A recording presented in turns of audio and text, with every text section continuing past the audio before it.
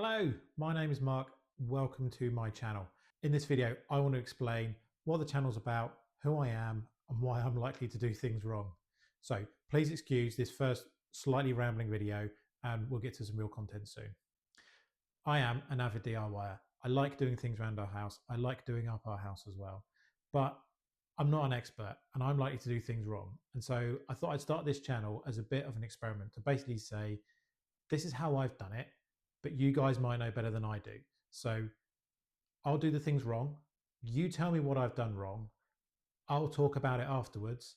And then we can all learn from that experience together. And hopefully, someone someday will see a video, work out what we've done wrong, and do it the right way. And they'll get it right first time. As well as being a DIYer, my day job is in IT, where I work on IoT systems. So I quite often tinker around with bits of code, integration of smart home systems and things like that, as well as sometimes doing a little bit of electronics as well. So I'm going to try and bring some of those things into the video as well. So that could be from linking together the smart home systems I've got in the house. It could be installing a network access point just outside our house, or it could also be talking about the time I got a cake tin and put a load of LED lights around it to make a pretty pattern just at Christmas time, just for a bit of fun. That said, I do have some restrictions though. And these are things I've got to work in day in, day out. And so I thought it's probably worthwhile me covering all those things now. So, space.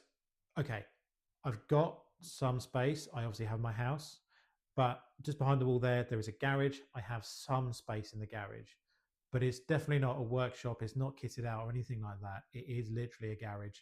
And quite often there is a lot of junk in there as well at the same time. I have got some videos coming up where I'm going to try and sort through that.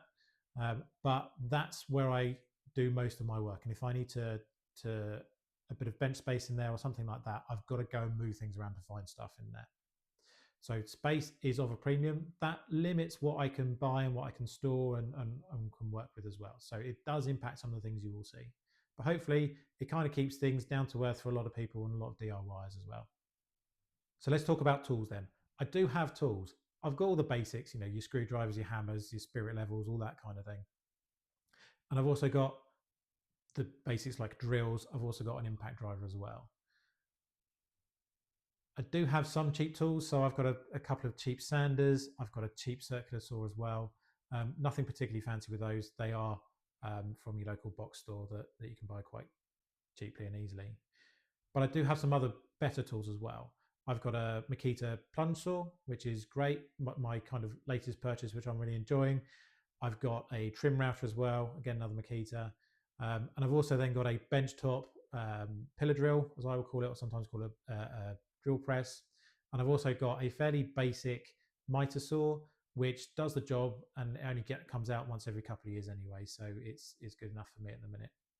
What I don't have though is some of the bigger tools, like a table saw or a contractor's saw or a thickness planer or a jointer, if you want to call it that. I just don't have the space for those items. I'd love some of those things. Again, space is of a premium. If I can sort some space out in the garage, maybe I might be able to have some of those things. But it keeps me down to earth because it basically means that all the things I've got to do, I've got to be within the DIY space.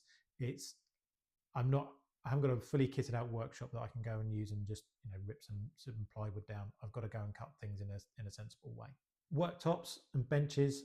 I've got a kitchen counter worktop that is in my garage, but it's just not big enough. It's full of clutter as well at this point in time. I also don't have some big wheelable workbench thing that I can move around and work with. I just don't have the space for that. I'd love one of those, but again, I can't store it. Even something as simple as a foldable MFT table, I probably don't have the space to store it folded up at this point in time. Hopefully in the future that will get a bit better, clear some space, might get something along those lines, or I've got a few ideas, maybe I'll start making my own or something along those lines.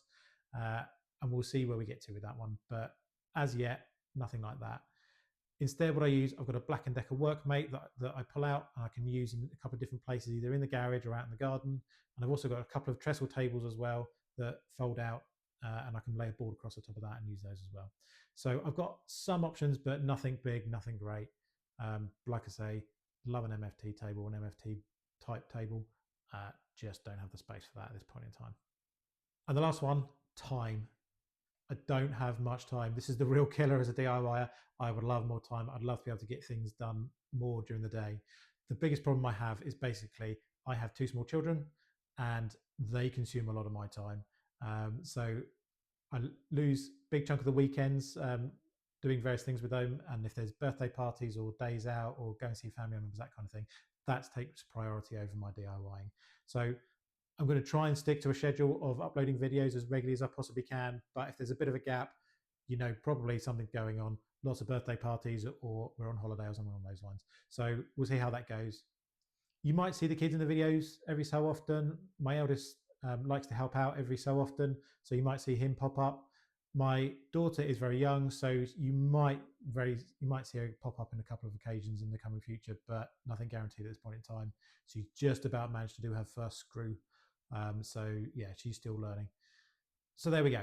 That's me. Those are my restrictions. Those are the things that I'm working with, but I'm really excited to get started with this channel and start making things. The plan is basically I will be uploading videos. I will talk about the things that I did wrong in them. Some things will be blindingly obvious, I'm pretty sure, as I go through, but some things won't.